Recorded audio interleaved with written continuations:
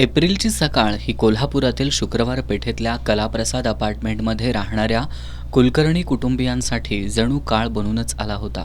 सायली कुलकर्णी प्रभावळेकर आणि त्यांच्या लहान बहीण अक्षयिनी कुलकर्णी या अक्कलकोटला देवदर्शनाला निघाल्या होत्या.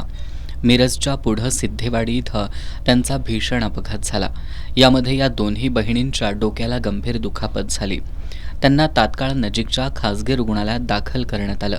तब्बल 17 दिवस त्यांच्यावर उपचार सुरू होते. त्यानंतर त्या शुद्धीवर आल्या. फक्त दैव बलवत्तर म्हणून त्यांचे प्राण वाचले. या सर्व उपचारासाठी 5 लाखांचा खर्च आला.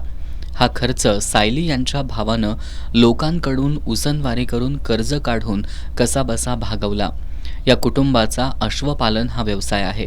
हे अश्व लग्नात वरातीत भाड्यानं दिले जातात.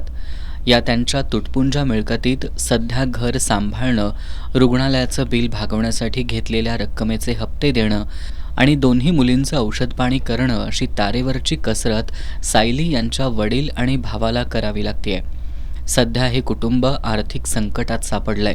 परिस्थितीपुढं हतबल झालेल्या या कुटुंबासमोर मोठा पेच प्रसंग निर्माण झालाय. सायली यांच्या पतीचं 2014 मध्ये निधन झालं होतं.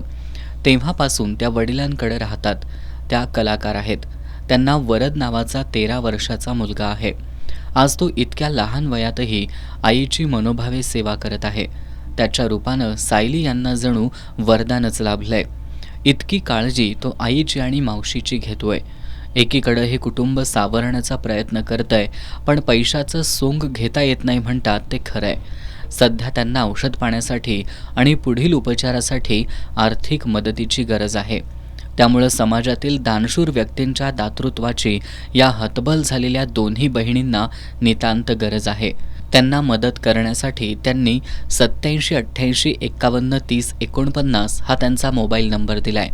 कोल्हापूरकरांनी मदत करून या आर्थिक संकटाच्या फेऱ्यातून बाहेर काढावं असं आवाहन सायली कुलकर्णी प्रभावळेकर यांनी केलंय.